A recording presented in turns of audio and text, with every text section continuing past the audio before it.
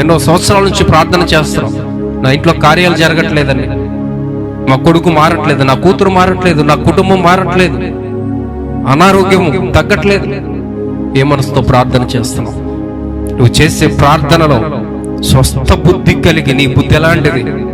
కొరచు బుద్ధ, పనికిమాలిన బుద్ధ, ఈ లోకంతో కూడిన లోకాశలతో కూడిన బుద్ధ? వీటన్నిటినీ నువ్వు మైండ్లో పెట్టుకుని, నీ మనసులో పెట్టుకుని నువ్వు ప్రార్థన చేస్తే అది దేవుని సన్నిధికి వెళ్ళదు, వెళ్ళదు, వెళ్ళదు. నువ్వు ఎప్పుడైతే దేవుని చేతులకు అప్పగించుకొని స్వస్థ బుద్ధిని సంపాదించుకొని ప్రార్థన చేస్తే దానికి ప్రతిఫలం అనేది ఇమీడియట్లుగా నువ్వు చూస్తావు. నీ ప్రార్థనకు జవాబు రావాలా? మొట్టమొదటి నీ బుద్ధి స్వస్థపరచబడాలి, నీ హృదయం స్వస్థపరచబడాలి.